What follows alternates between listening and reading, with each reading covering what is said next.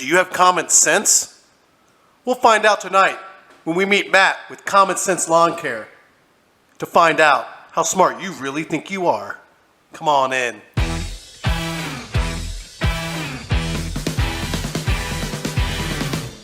Welcome to the Dayton Approved Podcast with Frank O'Neill.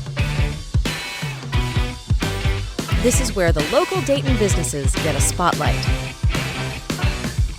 All right, welcome to Dayton Approved, where we're exploring Dayton small businesses and nonprofits. Today we've got Matt here today on the show. How are you doing today? I'm doing great, Frank. Thanks for having me on. All right, well, I'm glad to have Matt here. He is from Common Sense Lawn Care.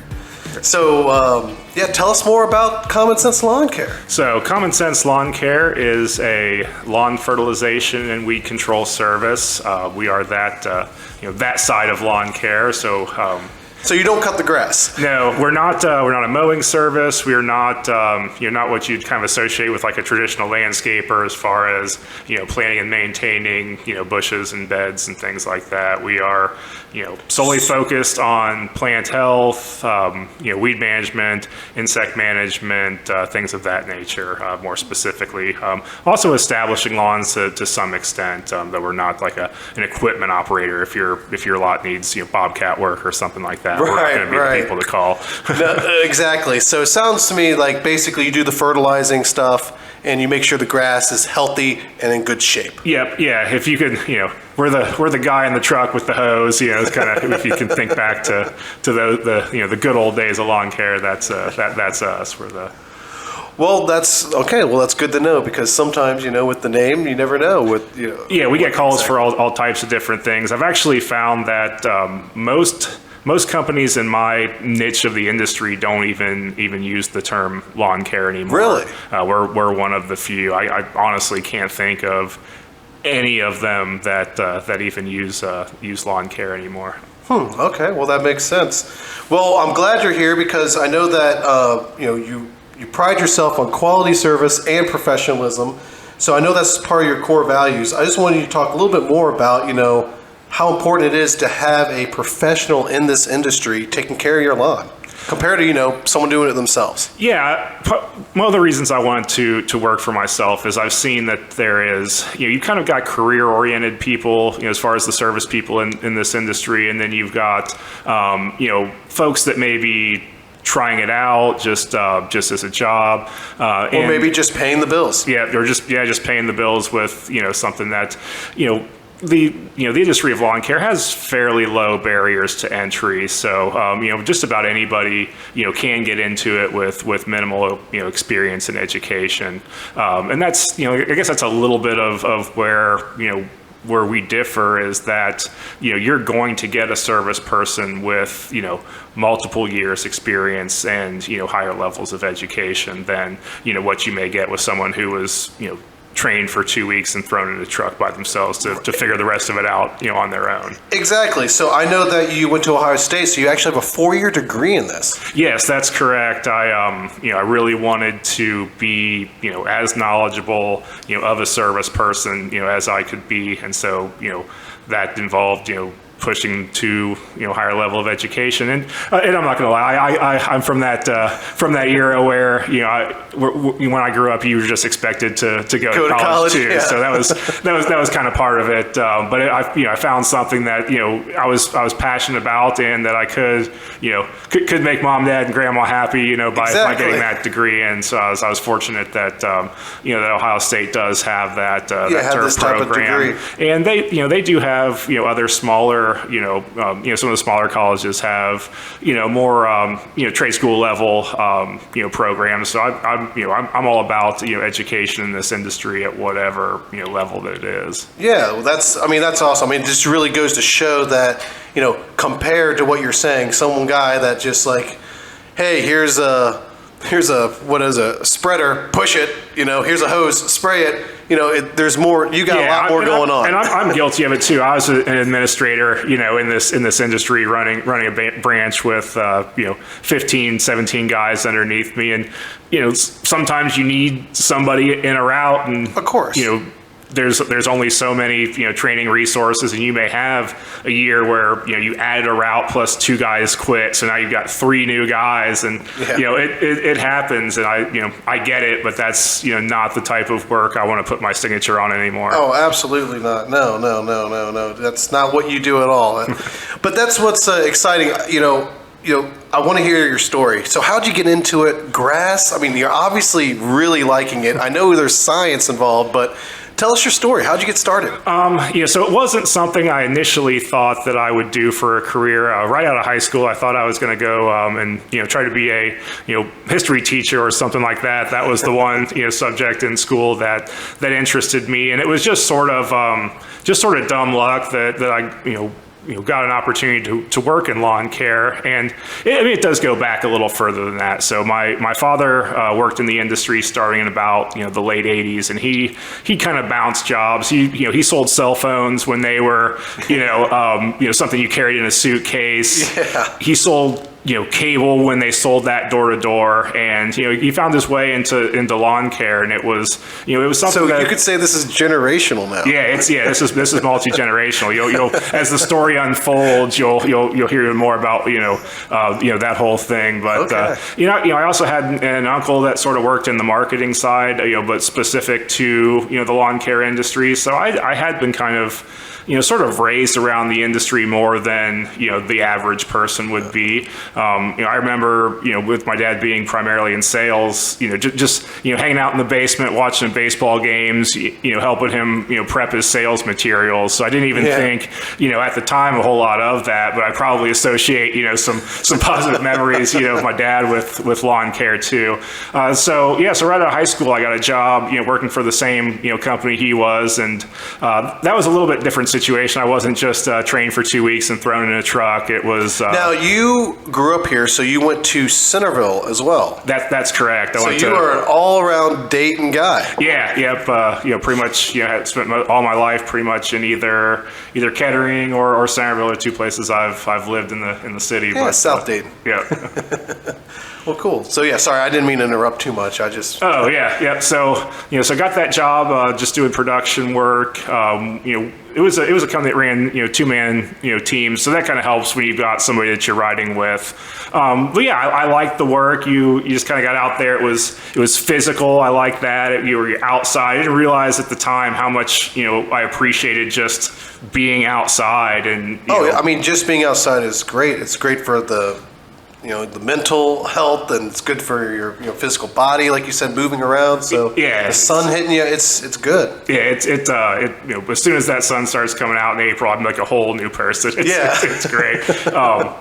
So I started right out of high school. It was like August of 2001. I started in the industry, and I worked at my dad's company, the company he was working for, till the end of the season. So only about 3 or 4 months. And it was at that point my dad's like, you're doing pretty good at this. We should start a business. And I was like, I don't know. I haven't even done a full season. You're not really the most business savvy, but either way, with we got a little help from my grandma. We got a little help from my my uncle that worked in the industry, and so we started a company in 2002 called Common Sense Lawn Care. We got up to about 200 customers in the first spring, but as it worked out, my dad passed away of a heart attack in April of that first year, so that was kind of a big blow to that business. I mean, I was 19 years old. The working in an industry I knew very little about. Then all of a sudden, I'm alone in it. So I kept it going, tried to do the best I could. I was hoping to run it, through the whole season, so we might have at least been able to, sell the business off. Do something with it. But it didn't have a whole lot of value, being that new. That fresh. But so I ended up just letting it go in June of 2002, shortly after it started. At that point, I went back into school, was just trying to figure out, what my next move was. Of course. And I found out, shortly thereafter, that you could, you could have a college degree in lawn care. And I'm like, oh, wow, that's, I like that more than sitting through, history and math classes. That's something I'm actually kind of interested in. And I just decided that, hey, I'd already considered, doing lawn care as a career by owning a business. So let's do it right this time and, and learn it and, put the Be time that professional. in. Yep. So I got accepted to to the Ohio State Turf program, which unfortunately that program is shrinking. It's not something a whole lot of people go into. So all you really need to do is fill out the application, and you can you can get accepted. So that was but it still felt like a big deal when you get that that acceptance letter. Yeah, I remember because I also went to Ohio State. I remember there was a kid that was in that class or in that program or a program similar to it, and they said. I said, what are you learning there? Like, what's going on? He goes, well, this week we're learning about billboards on farmland. I'm like, awesome. And they're just talking about how to conduct that business and how to use that as rent. And it was just, I said, oh, well, yeah, I guess that is something that you should learn about, if you're going to be in that industry. Yeah, I minored in ag business. So yeah, we heard about a lot of that type of thing. Yeah. I know it's the same school. It's all part of the College of Agriculture. So you've got certain classes that are real specific to, right. To turf maintenance, but you go through, some of the earlier classes, you're dealing with people who are in, livestock science, crop science, horticulture, people that are working on plants, people want to go work for nurseries. So you get exposed to a lot of different facets. Now, I know field maintenance is huge now. Yeah. Just making sure that if you're a baseball field or even a football field, that's a big job. Even the artificial fields require, a certain level of knowledge to maintain, those playing surfaces long term. There's daily, weekly, post-game, pre-game things that go on even with with an artificial surface. Right. And, typically it's people that have worked, either on, in a stadium setting, whether it was, real turf initially, because some of the things are the same, but then there's other things that are definitely different. That are different. Field turf as a whole. Well, we're getting a little off the side track on your story, but anyway, sorry, back to where I don't remember where we left off. So we were talking about, went to Ohio State. Yes, Ohio State. So went to Ohio State through the turf program, really did enjoy that. One of the things you had to do was you had to do a co-op and actually work in your industry. And so between my junior and senior year that summer, I did my co-op, and I thought I would try golf for a second. I did get accepted to an internship at a country club in Columbus, but I really kind of wanted to go back to Dayton for the summer instead. So I ended up popping into it was a local family-owned company that had been around for a long time, and I was kind of familiar with their reputation. The independent companies kind of tend to come and go.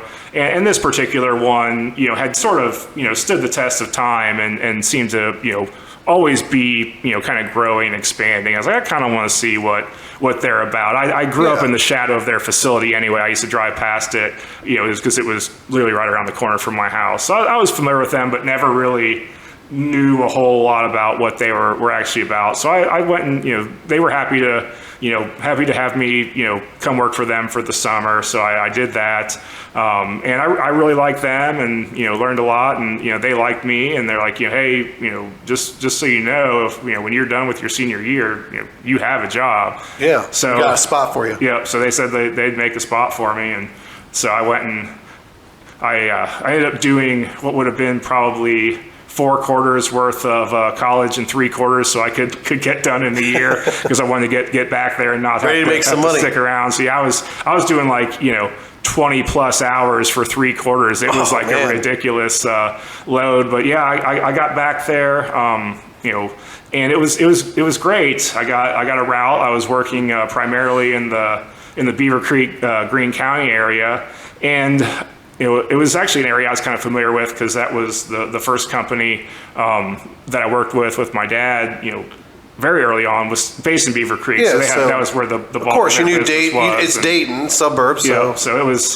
so that was a good fit for me. But the company was based out of Centerville, so they had really good density in Centerville, Kettering, some of those areas nearby. They were pretty sparse out in Beaver Creek, and I don't ever really think they appreciated how much market share was potentially out there. They always kind of sort of wrote it off as what they call it like a no growth area because they thought it was just a lot of right pat folks coming in and out, and you would turn over business to moves as fast as you would get it, but they didn't like advertise or anything there, so maybe it was, but I got into that route, and I was within a couple years, I was growing it, 20-25%, every year, shedding territory and just making it, more and more dense and more efficient and more profitable. And that was a really cool experience. Sort of course. It was me, but it wasn't my business, but it was, that little sect of it kind of was, in Beaver Creek, you were calling, that company, you were calling Matt, because you'd gotten that on and, the company name was insignificant, at that point, because everybody was either seeing it from a neighbor or hearing about it from a friend, and so that led to my my next opportunity with that company, which was they wanted to open a second office in the North Dayton area, and so I was selected to no longer be a service person, but to open that branch, and so be a manager. Yep, be a manager. I was the inaugural branch manager of the North Dayton office, and that was a good experience. That was higher stress experience than I learned that I wasn't just managing customer expectations. I was now managing employee relationships, which was very new to me. The customer relationships were pretty easy because I always the lawns always looked good, so usually you weren't dealing with anybody that was too upset. But working with employees, you're not always pleasing them to get them to be positive. So that was the only real challenge of it. But that I had a really good group of guys that I was able to go up there with, and we really first couple years we just really knocked it out of the park, and we were growing that branch left and right. And that was one of my first experiences with what happens when a company grows really, really fast and you don't have the staff or the systems in place to keep up with it. And so... Oh, I'm sure. I can only imagine the mess or the chaos, I guess you could say. Yeah, every now and then you'd get somebody good, but there was a lot of, training people or, people you thought were going to be good that just, moved on to other industries or things like that. It was being a small business was tough. Health insurance was really expensive at that time. So if people could go to one of the nationals, they could get, health insurance for a heck of a lot cheaper. So that always made, those salary negotiations tough. And it's a very physical industry, and not everybody, can do that summer after summer or realizes what pushing a spreader in the the middle of the July heat this isn't like. Cake work. And so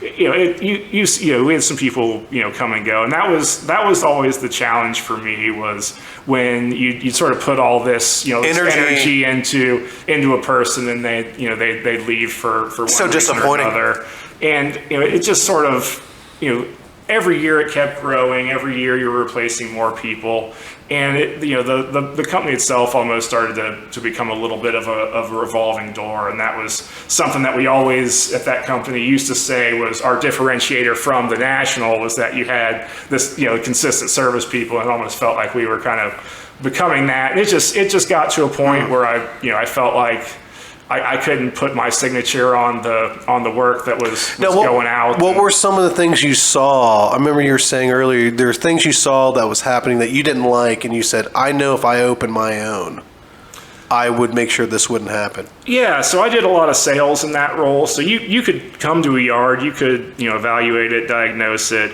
get the customer on board with what the plan was. Go back, give the plan to the service person, especially if it had, some type of, something specific, something that wasn't just the, the one size fits all, application. So you'd have this perfect plan in place to turn this yard around, and the technician would just do the one size fits all, application. Wouldn't, and it just seemed like, and some of these guys, it's not their fault. They just were new. They didn't, they hadn't been exposed to it. It was, you get these guys in, and you had, two guys not return, and then one, brand new route. So you've got, three guys to train from scratch, maybe one guy, if you're lucky, that's a dedicated trainer. And so these guys would get, trained for, 2 weeks of the most basic functions of the job and just kind of get sent out on their own. And it was, kind of what you had to do. You just didn't have the, it's the spring, sales are coming in left and right. You got, service calls for, weeds or customer concerns. And it was, there was just, too many balls in the air, and it seemed like it was, the easy thing to do is just, okay, these guys can start making money. Let's send them out. And so that was where you just, you knew how to make a yard look good, and then you knew that your plan wasn't going to get executed as hard as you tried. And that's just extremely disappointing. And I'm not trying to hate on everybody in the industry, because there's a lot of great guys in this industry, but for every one of those, there's 2 or 3 that put six or 12 months into it and left because they just didn't have the training, and they got it just became overwhelming, and I totally get it. So then that made you decide, hey, let's start this. Yeah, I just, I kind of was like... Common sense lawn care. I was getting stressed. I was already like fantasizing about going back to a production role. Like, I'm just getting so strung out to it. But, the thought of taking like a step back in like your career as a whole, just as like, I don't think I want to do that. Of course. And I always just kind of had a little bit different idea of how I would do things if it was up yours. to me, because every other decision, at a company that had become that size was like a committee, discussion. Those manager meetings just used to really, really wear me out, and I dread them. And you talk about these things for an hour, and then no decision would get made, and so, or you'd make a decision and then it wouldn't get followed through. I hate that. The lack of follow through is terrible. Yeah, we did this huge strategic planning, session the last year I was there, really the spring of the year before I left. And, we put all this time into, coming up with all these ideas and action plans and things like that. And took a day, out of our busiest time of the year to do this. And then, there was just no follow through from ownership. And it was really disappointing because a lot of these things were really kind of getting to that. You have to deal with this, this level, systems that needed implemented and things like that. Just the growing pains of a company that had been a small and pop that had really turned into a, rapidly growing, multi-million dollar, service business. And, it couldn't kept, being run that way. And so, I just decided I don't really want to be part of this organization anymore. My goals aren't, the same as theirs. And I was like, I just kind of want to do it my way. I think I felt pretty, compared to that kid that was 19 years old running a business. Right. I was like, I'm comfortable in sales now. I really understand. You got your experience. You've earned your stripes. I really feel like I can do this now. I'm not that that 19-year-old kid that didn't have a clue about what running a business was. And I started. I remember the day I had kind of a rough day at work. My boss had said something sort of short, and I'd been just completed like a week-long project, and while he'd been in Florida, and comes back and the first thing was just some little snide remark, something that wasn't a thank you for the effort, basically. And I was like, okay, I'm done, and I went and I think I had a drink. Yeah, it was a Friday, and I was like, and it was just sort of dumb luck that I ran to my neighbor, and I was sort of telling him like, man, I'm done with this job. I think I want go out on my own. And he's like, see that guy down there across the bar? He does exactly what you're wanting to do. Why don't you go talk to him? So I went and talked to this guy, and he's sort of a sort of rough around the edges guy from the industry, and I'm probably the only. I love those guys. I'm probably the only person. The greatest stories. I'm probably the only person this guy's ever inspired. Hey, all you need is one, man. All you need is one. But in that moment, he's like, it's it's great. You can do it. Don't think that you can't. And so I told my wife, we had a little cry over it, and we decided that it was what we were going to do. So started putting the building blocks in place, kind of January, February of 2020. And most of the people I've talked to that have done this, they've started their work like 6 months before of like their last year, where I was kind of like, I'm doing it. We threw it together. Yeah, in about 2 months, you're ready to go out, March 1st. And, got all of So that. when did you originally start it then? So I started it in, I think the official date is February 22nd of 2020. But I think the first time I actually, produced $1 worth of work was somewhere in early March. I don't even remember the exact date. So 2020. Yeah, so you guys can remember how how March of 2020 went. So I had just landed a really big contract that I had worked on previously. That when they heard I left, they tracked me down and wanted to know where I was and if I could still work with them. Yeah. And it was one of those things, like I didn't really factor that into starting my business, but I knew what the quality of the relationship was. Yeah. So yeah, once that approval came in, it's like, okay, we can breathe a little bit here. Yeah. As far as is this business going to work? Are we going to be able to pay our bills? So I get that contract. It's it's actually the University of Dayton that I do field maintenance for on a number of their athletic fields. Wow. And so, about a week after that, they canceled all the first 5 games because of COVID and canceled everything else, and started laying people off. I'm like, oh God, am I going to be able to keep this work that I thought was going to carry my business through this first year? And as it worked out, they did they kept everything that they would have had done, because it's a field, it's a growing thing. You can't not maintain it just because it's not being used if you want to have it of for course. use. In the future, you definitely need to do that, but we'll talk more about that in a little bit later on. But yeah, that's more or less the story of Common Sense Lawn Care. Other than how we came up with the name. So how did you come up with the name? I used to joke around. I always thought it was funny to come up with goofy lawn care company names. I guess I'd always kind of thought about it a little bit. And, nothing ever substantial. The one that I can still remember was Fabulons. Oh yes, Fabulons. But I was talking with my wife at the time about it, and. She's like, what you're going to call it. You're going to call it Common Sense Lawn Care, and because my dad always had been a big influence on why I was who I was in this industry. Of course. So it was. This was the name of your guys' original business, right? Yeah. So there was really no question that we were going to call it Common Sense Lawn Care again, as sort of a bring it back to life. Yeah, and that makes sense. So there's I guess even in that little bit.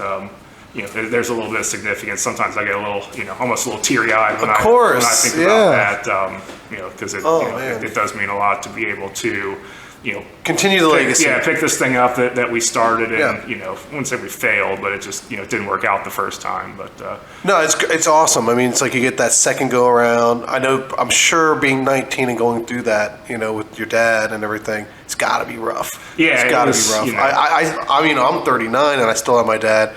So I can only imagine, Yeah, it's life changing. I'm fortunate. I've got a great stepdad. He's been in my life for a long time. I've got great family support and always have. Yeah, but no, it's brave that you went through that and went to school still. Yeah, it was really the catalyst for my entire adult life as it worked out. So it's hard to think negatively on it. Exactly. Well, yes. So Centerville I know you grew up in Centerville. I grew up in Centerville as well, so go Elks. Yes. I know Elks, right? Weird. Pride never dies, that's right. Well, I always thought Elks was weird because, it's not a real word. It's elk, but whatever, Elks, let's do it. Heart of Centerville is part of a group that you are a part of. Tell us a little bit what Heart of Centerville does. Like, how do they give it back to the community? What do they do for the community? I know they do a bunch of things, and I know you still live in Centerville. Yeah, so I The Centerville community is very important to me. It's where I run my business. It's my, I guess I'd say at least my my core target area for my business, and some of that's because I live there and it's geographically convenient, but also of course I grew up there. My kids go there. I'm serving parents of kids I went to high school with, and it's people people I went to high school with. Now it's hard to believe, but oh yeah. But yeah, it's the area that I wanted to work in. It's an area I really want to support the community and be a part of the community. So it was very early on. A person I worked with who was helping me kind of get my name out there. He said you should check out this Heart of Centerville business organization. So to some extent, it's a business networking type group, kind of like a chamber of commerce, but they do give back to the community. They do a number of community events that bring people together. They do about three concerts a year at normally it's at Stubbs Park, which is now under construction. So all those events will be at St. Leonard's this year. But there's movie nights. So the Heart of Centerville originally was kind of focused on that little business district that's at 48 in Franklin. And it has since like the crossroads. Yeah, so it's branched out to there, but that's where the name kind of came from. It originally was a lot of those those businesses, really small mom and pop shops. Yeah, because they're like little boutique stores and things like that. Yeah, definitely it was. Still are. Yeah, so they do some what they call like the holiday walk, which is a Christmas outdoor, kind of goes from Benham's Grove and through the community. So that brings a lot of folks together at Christmas time. They've got another one very similar at Halloween. There's just a number of things they do to get the community together. One of the things that was really cool to be a part of, through the Heart of Centerville is Centerville has now, for those of you that live there or are familiar, they've changed, the whole image of that area that we were just talking about. They used to call it downtown Centerville. Now it's uptown. Yeah, that's been a really big project. It makes sense. It's one of the highest points in Dayton. Right. But I think they're trying to make that little downtown area much more attractive for restaurants and just to kind of bring people back, because it wasn't real pedestrian friendly. It wasn't it always had potential, but it kind of like just withered down. Yeah, really weird. Like here in Fairborn, there's a lot of like cool things to do, like in the downtown area. You go to Miamisburg, you can walk the Strip, and there's the park that they just and so I think Centerville is trying to do something like that. One of the cool things about being in the Heart of Centerville is that we really got to give the community planners a lot of feedback on that project as business owners. So it was pretty cool to be. So you got your voice heard. Yeah, to have our have our as business owners in the area, to have our voices heard of what we thought would be what would bring people to the area, what things we'd like to see as business owners. And it's been it's really cool to that they the city looks to that group like that as sort of it's kind of like an eyes and ears approach. Yeah, exactly. Yeah. Well, that's cool. I know that you also do like a flag route, is what you were telling me before as well. Yeah. Tell me more about that. Yeah. So there's various I'm not sure if you're familiar with like an Optimist group. It's a nonprofit. They primarily do it's sort of I believe it's more of like a children's charity. But we're part of the Centerville Noon Optimist, which is one of the larger ones in the country.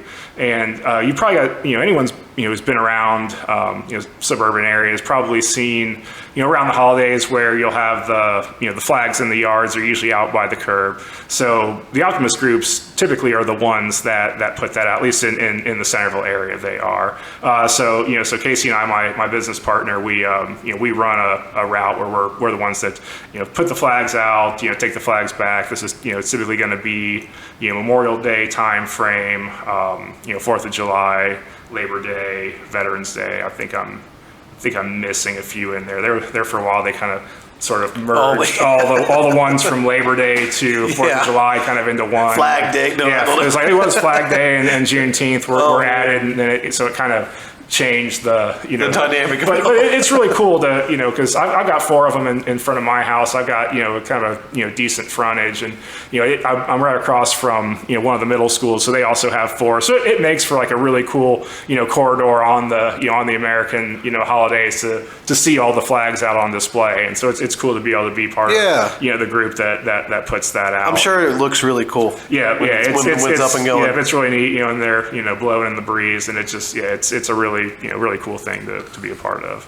Well, that's good. That's definitely an awesome way, to be part of the community and giving back. I mean, that's just, that's just something that, the flag is something I think is important. It's been a hot topic over the last couple of years, so it's cool that, we're getting the flag out there and we're showing it still. Yeah, we've been fortunate too.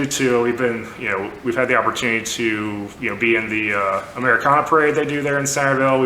Yeah, that is a big parade they do every 4th of July. Fortunately, we have a few larger trucks due to the nature of our business. So the Optimists had asked us to pull their float for a couple years. Oh. We got to do that for them, which was a pretty cool experience too. Getting to be be part of the parade. Never seen it from that side before. From that perspective, yeah. Now, some of the advantages that you have, like, some things that make you a little bit different compared to other companies in your industry. I know you were saying that, you have a much smaller size. Tell us, why that's such a great advantage. Yeah, I feel like our size is an advantage. I guess we're one of the, one of the few, at least, in our niche of lawn care companies that, is kind of limited edition. There's only 2 of us. It's me and my partner Casey, and we have a set number of clients that we feel like we can effectively take care of, and that's all the more we will serve. We will not. So once you hit your limit, you were saying I think 720 is about where you max. Yeah, that's pretty much what we've determined is where we want to be. About 360 for her, 360 for me, and that's it. You're done. That's I don't want to be stretched thin. I don't want to be pressured to cut corners to keep up, and so that's where that sort of that quota or limit is it comes from. And I guess the other thing is too, I'm not really one to trust, I guess, after my experience at the other company. So having employees was just never really in the cards in the cards for me, and so that I'd rather just make sure that you keep the work at a hand and it's good quality work that's done right. Yeah, so I'm not going to treat everybody, but I will treat the customers I treat as well as I can, and that's all I ever really wanted to do. Yeah, so your goal isn't hey, let's hit everyone. Yeah, your goal is more of let's get people that are really genuinely interested in having a really nice looking yard. Yeah. I'm fortunate that because I only treat so many people. I can take the people that that care the most, and you can sort of tell the people that are going to be fun to work with because they're going to want to do the steps to really take their yard all the way and really have this really nice really nice yard to have.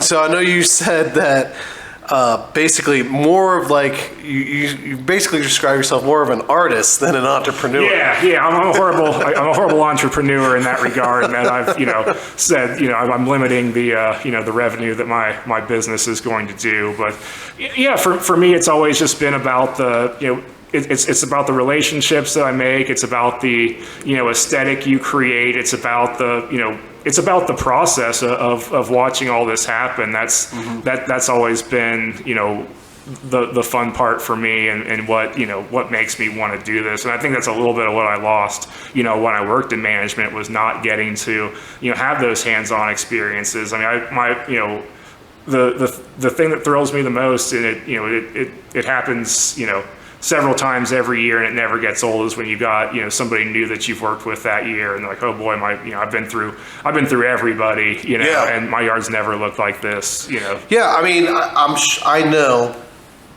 because I've seen these guys, and unfortunately I have friends that are like this, and I try to steer them away, but it's like they're the guy that's never happy. It doesn't matter what you do. Yeah, you screwed their yard up, right?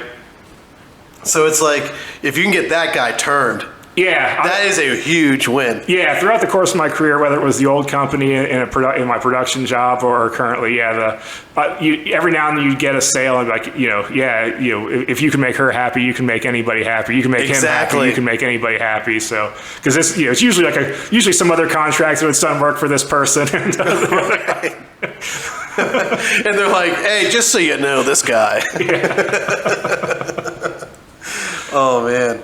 Now, I know that we talked a little bit about this, but you did say something about, one of the differentiators, too, was like, you saw the average working person or the average person working at other businesses, they basically had little experience compared to your experience. And we really want to hammer down about how important that is. Because someone with little experience, they're not going to be able to get that guy that we just talked about. Yeah, Turn from everyone sucks to, hey, you're awesome. You're like, you did with the impossible. Yeah, and sometimes it's a simple, just little diagnostic thing that's been missed every year for years, and if you can catch that one thing, that could be the game changer, in somebody's yard. I could tell you a story about one if you'd like.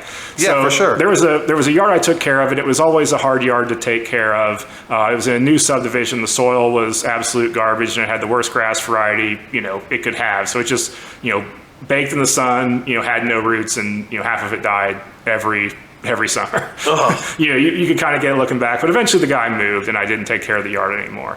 Fast forward a couple years, a new homeowner has this house. He reaches out to my business. I'm in management now, but he's wanting to do more of an establishment project. So he wanted, this whole yard just, covered, and I think it was like 60 yards of topsoil. It was ridiculous. It's like a total redo. Yeah, because it was, the yard was literally growing on rocks, and he was sick of it dying every year too. So we signed on to do this project with him. He kind of went off the plan a little bit and went out ahead of us and rented a tiller and tilled his yard up and really brought even more rocks to the surface than what were already there. And kind of messed the grade up. It kind of complicated the project, but made it more memorable, I guess. But either way, so this job went like 2 days longer because of all the rocks. We were just like digging out rocks from the curb for what seemed like just days. It's like to the point where you got a pile of rocks you could probably resell to someone. Yeah, we were like taking dump trucks out like every day. But that's part, but that's not really the main part of the story. Either way, this guy spends thousands and thousands of dollars to try to, repair this yard and turn it into something that he's not going to have to fight with year after year like it had been.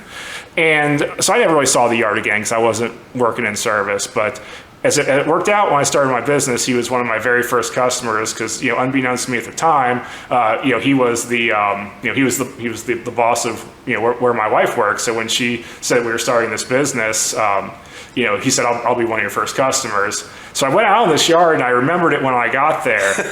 And I'm like, man, this yard, has not really turned into, what I thought it would for all the work that went into it. All that blood, sweat, and tears. Yeah. So I started working with it, what in the, I think it was the second or third time out, the yard thinned out. Why did it do this? This is the same way it was, when we started. And I was able to diagnose it was a certain insect issue that, it's not something you necessarily have thought of, in a yard of that nature, but, it was clearly confirmed that it was. So mentioned it to him, just said, hey, next year we've got to do, we got to do this, certain service and, problem solved. And as it turned out, it was, and that yard, has finally become, what this guy, envisioned, 5 years earlier when he did this project, and now it's the envy of the neighborhood finally. Nice. Yeah. And that's a nice point to get to the finally get to the point, I should say, where the neighborhood is like, this is the yard everyone wants to be. Yeah. That is like, all right, let's get to this point because then the whole Jones effect starts into play. Yeah. We've got there's an effector we call in this, or at least I call it this. I call it a hot corner. Hot corner. Yeah. Usually you'll start with a corner property, then you get like another corner property, and then maybe like one across the street. So when you got those three, then the hot corner started. Yeah. And then it'll usually start wrapping around, one corner, maybe wrapping around the other. And they're super efficient, once you get them, and they're super high visibility too. So, if you can get one of those started, that's like, that's my favorite thing is when you get something like that. Right, because then it just spreads. But it always, the corner property always seems to be the keystone. I always think about my neighbor's yard because I know I like my yard. And my neighbor's yard, they don't do shit. And I'm like, I know anything is coming from them, right? Yeah. And I always think, maybe I should just have my guy just go a little further over here. Yeah. A little further. Yeah, I can't tell you. Can you spray a little bit into his yard? Yeah. A little defense over there. Yeah, exactly. A little defense. It's funny though, man. And I was telling my other buddy, I said, I'm halfway tempted because I got a pretty small front yard. I don't care about the back, whatever. It's fenced off. but I got a small front yard, and I'm like, I'm thinking maybe even if I just did it twice a year, just at nighttime, just go over there and just do it. Just do 2 applications myself. Nobody knows. Just try to just to combat those weeds. Wait till he goes on vacation and call me. Yeah, exactly. Hey, can you go over there? For legal reasons, we will not actually treat yards without their approval. Right, of course. So some of the hardships. Let's talk about that. In the industry, what's going on? We got inflation happening right now. Yeah, I know that is taking a toll on everyone, but let's talk about how it's taking a toll on your business. Yeah, I feel like this year it's really kind of caught up with not just me, but our industry as a whole. I've got a network of folks that I've worked with that we've all gone different directions, but still in the industry. And I know in my experience, renewals were down this year. It seemed like new customers coming in were down, and primarily what I heard from folks, it wasn't there weren't dissatisfaction issues. There weren't even as many movings. A lot of it was financial, like it like it or not, lawn care is it's more of a luxury service. It's it's one of the first things to go. Yeah, we kind of cut the budget. Yeah, you're going to cut the lawn care before you're going to cut the internet, and we're not like a plumber or somebody that you have to call because you have a problem. So it's something you got to kind of want it. And yeah, I've heard for a lot of people just say, hey, we had to do a roof this year. We can't do it. Our AC went out, and we can't. That's really one major home repair is enough that people are feeling like they can't afford the service this year. And it seems like that's across the board. Typically advertising in lawn care is March and April only, and then it's done. And right. I see a lot of companies still running commercials in May, which is generally unheard of in my experience. So I think everybody out there is still trying to drum up more business, make sure they're reaching those operational goals and things like that, keeping their guys busy, because it seems like it's across the board. That's been the been the struggle, and I can only think that it's financially. Yeah, I mean, I definitely think it's it's just interesting how everything affects every industry different. So it's just interesting how, it makes sense what you say about, the first thing to go. Yeah. It is more of a luxury item. I like to have a nice green yard. Yeah. But I don't have to have a nice green yard. So it's just interesting to see where things are actually going. Yeah. I mean, back in our parents' generation, if you lived in, middle class and up suburb, they kind of treated it like a utility bill in those days. It wasn't really as optional. 8 or 9 yards out of 10, would have a service, and now I'd say maybe depending on where you are, maybe 6 at best. Yeah, so it's changing. I mean, the people's viewpoints on the industry are always changing, and so we deal with all of that. We try to promote. What our industry is all about, and and what the value of it is, and that's all you can do. Yeah, absolutely. Now, you did mention earlier about how you are excited about new customers. Tell us more why you like that whole process. I know like the end goal, but let's just talk about so I mean, that. A first year customer, that's always kind of the most exciting, because that's when you make the vast majority of the changes and the improvements. That's where the heavy lifting is done, is getting that yard thickened up, greened up, getting those weeds out. And it's not a short term process. Some of these things are take more time, and it's now, awesome can you do it in one season, or does it normally take a couple seasons to get a yard top grade? For the most part, unless there's significant significant issues, you're gonna accomplish a lot of things in that first year, and you may not really feel the full benefit. Say you start a service April 1st, you probably, you'd see improvements all throughout the year, but you really wouldn't see or feel, the full effect until that following year, when the yard's, been through, spring, summer, fall, winter. Gone through the whole seasons. And, you've put all of those building blocks in place and gotten all those, pests and weeds and things out. Yes. Seeded if you needed to seed, and that seed's finally, reaching maturity. It's finally, it's growing at peak, and, it's a love-hate relationship, when you gotta mow every 4 days, but if you do, that yard just, man, it stands out and it looks great, and they're like, wow, I can't believe how far we've come. Yeah. And that's, I remember from being, maybe 20 years old in the second company I worked for, the first time I was really, working a spring where I wasn't just working yards that were already cleaned up. It was like the first time, total dumpster fire of a yard, just weeds everywhere. This yard was, more dandelions than it was grass, and, spraying one for the first time, and then coming back and seeing it that second time and just be like, wow, I can't believe, how much this yard is changed. This stuff really works. This is pretty remarkable. And then, it only grew from there, when I really got into my career and got to do that, over and over again and get more confidence in it, and then, learn what worked and what didn't. I mean, there are certain things, certain, weeds and stuff like that there was one in particular, it took me probably 15 years to figure out how to kill this weed. Wow.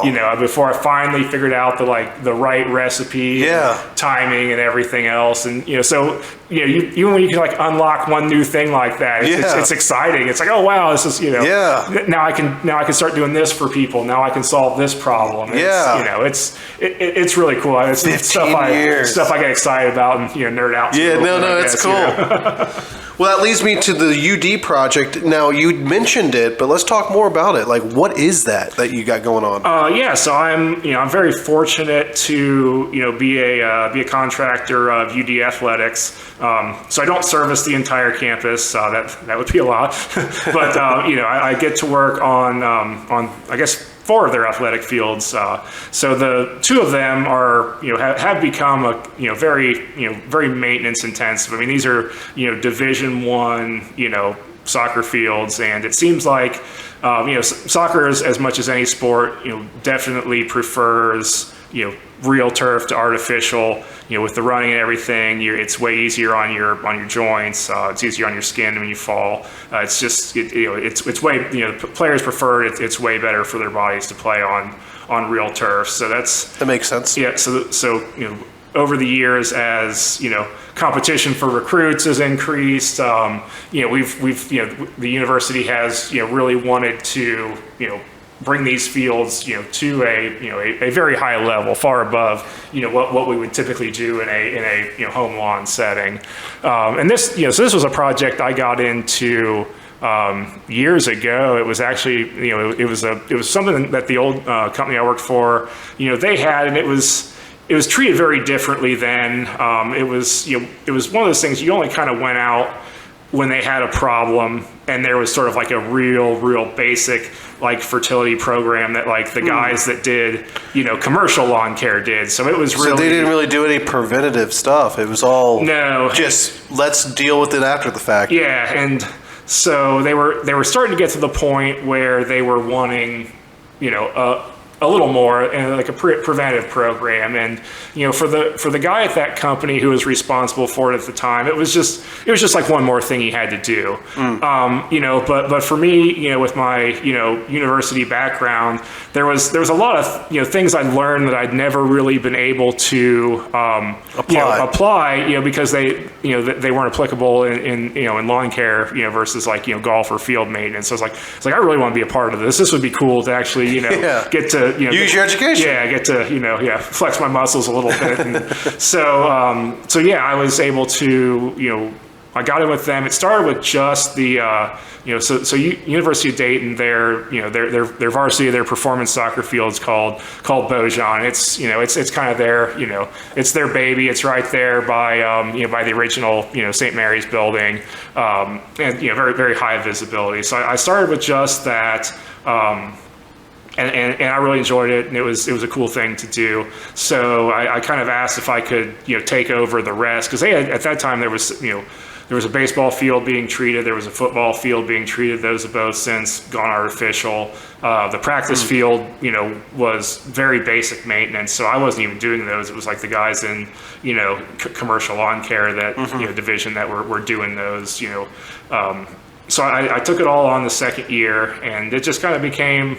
Just became my project. Yeah, your baby. Yeah, and then when I got sent up to sent up north to start the branch, I still managed it, and it's just there for a while they were going back and forth with bringing it in house, and it was always like, oh, are we going to get it again? And then instead they spend more money with you the next year, want to add more and more, and that's just kind of what it became. Like it was just every year they wanted to do a little more and do a little more and do a little more, and at one point they they had a pretty big donation to improve the practice soccer facilities, and at that point that field went from kind of a home lawn grade maintenance program to I would like or akin to what a golf course would get. Yeah. So that's kind of what these fields are getting now is a greens and tees level fertility and and pesticide program. And nice. so that was something that. Now, what does that involve? Like basically going twice a month? Yeah, I'm out there. So my work season is about 40 weeks out of the year. I'm out there 26 weeks of that 40. Wow. Doing something. 26 compared to like an average household, which is 5? Yeah, my full program for lawn care is 6 treatments. So wow. Yeah, I'm out there. If you were on the lawn service, you'd see me about every 7 weeks on average. So yes, this is very very maintenance intensive with what they put into this to have it make it look this good. Yeah, it make it look that good. It's also got to perform. It's not just for aesthetics. These have college athletes that using and abusing it. Yeah, that are running across it. Turning on a dime. In cleats. These surfaces. Have to hold up to that. So it goes beyond just looking good. And then you've got to do this at, 1 3/4 height of cut, as opposed to, we cut most of our yards at, 4 inches, and that, that taller canopy, hide stuff. Hide stuff, holds up better. When you've got it at that lower canopy, the stresses on the plant are significantly higher. That's easier to wear on the plant. And so, yeah, it takes a lot to, have something not only, look good, but also be, utilitarian and hold up to its intended value. I mean, it's a living playing surface. Yeah. It's amazing though. It's got to be a fun project. It's got to be a fun thing to do. I was fortunate that when I went to start my own business, they wanted you. They're like, where'd he go? And I had a few relationships with some of the people I worked with directly there, and they said, hey, if you're able to, would you like to bid this project with your business, and because we'd like to. We want you. Yeah, we feel like you've been very, very knowledgeable, very consistent. You've always been there for us. You demonstrated being an expert. So I felt very fortunate. Well, Matt, that wraps us up, my man. I appreciate you being on here. How do we get a hold of you? How do we get a hold of you being the professional at, dealing with the lawns? So obviously the easiest way to get a hold of us is through our website. That's commonsenselawn.com. You can look us up there. You can find us through any of your search engines. But to find a little bit more about our programs, about the services we offer, to put in a request for an estimate, all those things can be done through the website. Certainly, the phone always works too. Our number is 937-367-2820. You can call or text on that number, and you'll get to talk with me directly. My partner Casey, operates the same way. If you're one of her service people, you can call her number and get to speak with her directly. It's all about having that personal contact and that personal touch where you don't have to deal with the call center or deal with a receptionist. You can go right to the person you work with. That's cool. You're right. Yeah, and through every aspect of it, from the sales process to the service, you're dealing with one person. That's awesome. Well, cool. Thank you for being on the show. Hope Yeah. you enjoyed yourself. Yeah, this was great. Thanks, Frank. I really appreciate the opportunity. All right. Well, I'm sure we'll talk soon. Yeah, great. All Thank right. you. Have a good one. Subscribe and follow to our Facebook, LinkedIn, and YouTube, or your favorite podcast platform. Be sure to sign up for our email list and receive an email to watch the show. Every Wednesday at 8 a.m. Do you know a great Dayton business that you would like to see on the show? Visit our website at DaytonApproved.com and click on the Contact tab and tell us who you'd like to see.